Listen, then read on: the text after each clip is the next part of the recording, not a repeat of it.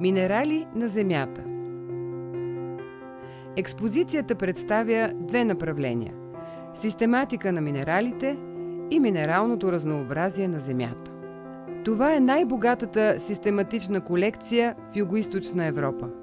Представени са минерали от находища, където са открити за първи път. Такива са, например, атакамит от пустинята Атакама, Чили, и нежните зорит и раит от прочутата жила юбилейна в Ловозерския масив, Русия. Богати са колекциите от редки минерални видове. Такива са, например, емблематичните за Колския полуостров Русия евдиалит, астрофилит и мурманит. В експозицията са изложени и гигантски по размери кристали. Самороден бисмут от Мозамбик – единственият в света с уникално големи размери фрагмент от кристал. Диаспор от Турция – един от най-големите скъпоценни кристали от това находище.